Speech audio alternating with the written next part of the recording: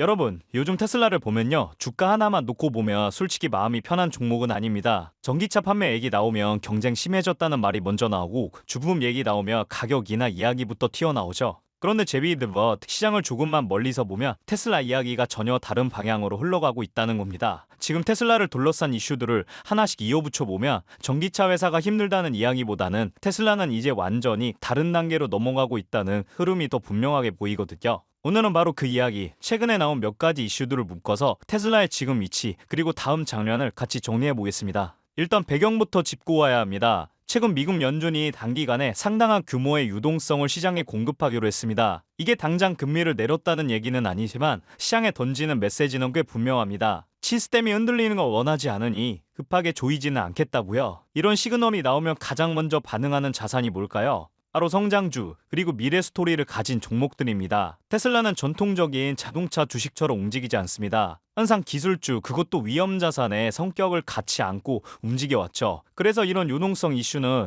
테슬라의 실적보다도 주가에 대한 심리적인 바닥을 만들어주는 역할을 합니다. 이 말은 무슨 뜻이냐면 지금 시장은 테슬라를 망할 회사 쪽으로 보고 있진 않다는 거죠. 오히려 다음 카드를 아직 안 꺼냈다 쪽에 더 가깝습니다. 이 분위기 속에서 나온 게 바로 로보택시 이슈입니다. 테슬라가 로보택시 전용 차량 이른바 사이버캡의 시험 주행 정황을 공개했습니다. 여기서 중요한 포인트는 로보택시를 한다는 말이 아닌데요. 그 얘기는 머스크가 수년 전부터 계속해왔어요. 이번 이슈의 핵심은 가격, 주행거리, 그리고 시점이 동시에 언급되기 시작했다는 것. 1000만 달러 수준의 가격, 300마일 안팎의 주행거리, 그리고 2026년 조기 양산 가능성까지. 이건 더 이상 컨셉이 아닙니다. 언젠가 할 거다가 아니라 이 정도 스펙으로 이 시점에 내놓고 싶다는 단계로 넘어온 거예요. 테슬라가 로보택시를 이야기할 때 이제 처음으로 숫자를 들고 나왔다는 점, 이게 굉장히 큽니다. 그리고 이 로보택시 이야기에 꽤 인상적인 장면 하나가 더해집니다. 미국 샌프란시스코에서 대규모 정전이 발생했을 때 경쟁사 로보택시들은 운행을 멈췄는데 테슬라 로보택시는 계속 움직였다는 이슈예요. 이게 왜 중요하냐면 자율주행 기술은 보통 데모 영상에서는 다 좋아 보입니다. 맑은 날, 조건 좋은 상황에서는 누구나 잘 달릴 수 있어요. 문제는 현실 변수입니다. 정전, 통신장애, 예측 불가능한 상황.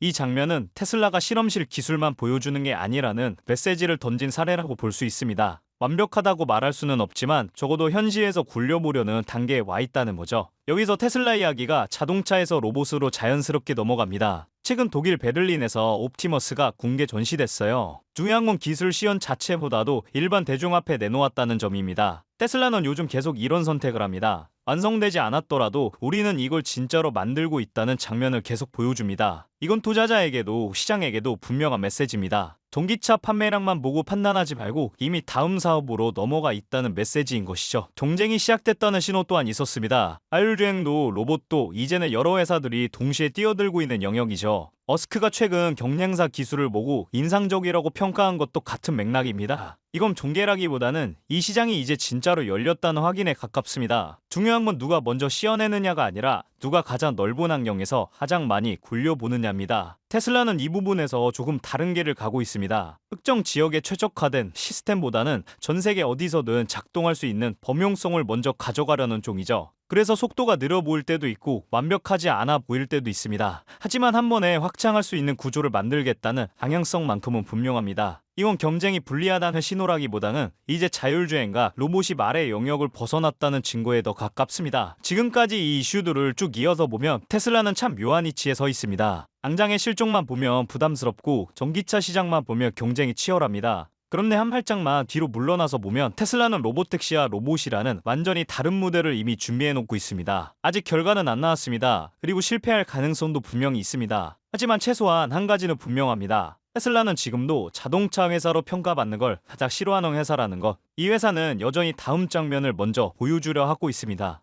그렇다면 여러분들은 지금 주식시장에서 수익을 내고 계신가요? 우리는 어떻게 해야 이런 불확실한 시장 속에서도 안정적으로 큰 수익을 얻어갈 수 있을까요? 눈에 띄는 대장주 M7 같은 종목들은 이미 너무 많이 상승한 뒤이기 때문에 앞으로는 진짜 큰 돈을 벌기 쉽지 않습니다. 진짜 기회는 그 대장주들 뒤에서 움직이는 수혜 종목에서 발생하는데요. 이런 종목들은 시가총액이 작기 때문에 비교적 소액으로도 접근이 가능하고 리스크 관리 또한 용이하죠. 즉 적은 자금으로도 큰 수익을 노릴 수 있는 구조입니다. 그런데 지금 시장을 움직이는 가장 큰 힘은 단순히 금리나 유동성이 아닙니다. 바로 미중 무역 전쟁의 임합, 전략 자원 전쟁이 시작됐기 때문이에요. 중국이 반도체에 이어 히토류 수출을 통제하기 시작했고 미국은 이에 맞서 자국 내 히토류 생산 라인을 재건에 나섰습니다. 단순히 정치적 갈등을 넘어서 AI, 전기차, 방위산업까지 직결된 친냉전형 공급망 전쟁입니다. 가장 대표적으로 눈에 띄었던 건 바로 히토류 전쟁의 중심에 선 MP 머티리얼스 티커였습니다. 미국 국방부와의 공급 계약이 발표되자 3개월 만에 주가가 6배 이상 폭등했고 거래량은 평소에 10배 이상 터졌어요. 1,000만 원만 넣었어도 6천만 원. 이게 바로 시장이 움직이는 타이밍입니다. 이런 종목들을 한번 불이 붙으면 정말 불도저처럼 밀어올립니다.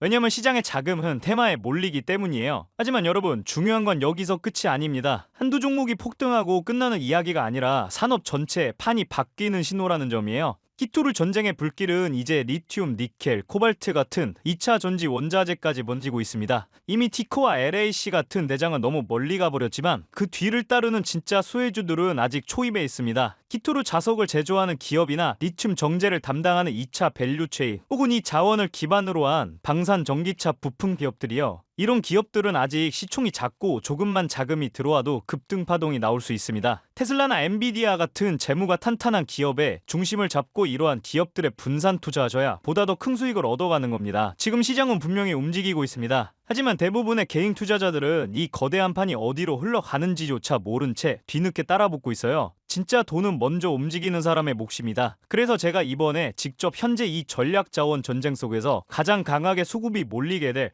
핵심 쇠 섹터와 종목 리스트를 정리해뒀습니다. 실제로 기관 자금이 들어오는 타이밍과 정부 정책 방향, 글로벌 공급망 재편 흐름까지 데이터 기반으로 정리된 PDF 자료예요. 이러한 정보도 소중한 제 구독자분들과 끝까지 영상 시청해주신 분들께만 오픈해드리도록 하겠습니다. 참여 방법은 간단합니다. 영상 아래 더보기란을 클릭하시면 파란색 링크가 하나 보이실 겁니다. 간단한 설문조사 진행해주시고 전송 버튼까지 눌러주시면 확인 후에 순차적으로 자료를 전달드리겠습니다. 절대로 금전 요구나 무조건적인 투자 권유 또한 하지 않습니다. 여러분이 시장에서 안정적으로 수익을 만들어 가시길 바라는 마음으로 준비한 자료들이에요. 꼭 가볍게 참고하시고 시장의 흐름을 직접 관망하셔도 좋습니다. 시장은 언제나 먼저 보는 사람, 먼저 움직이는 사람이 이깁니다. 지금 우리가 보고 있는 건 단순한 주가 상승이 아니라 글로벌 머니의 방향 전환이에요. 이 기회를 놓치면 다음 사이클이 올 때까지 또 몇 년을 기다려야 할지도 모릅니다. 영상이 도움되셨다면 좋아요와 구독 버튼 눌러주시고 저는 다음 영상에서 뵙도록 하겠습니다.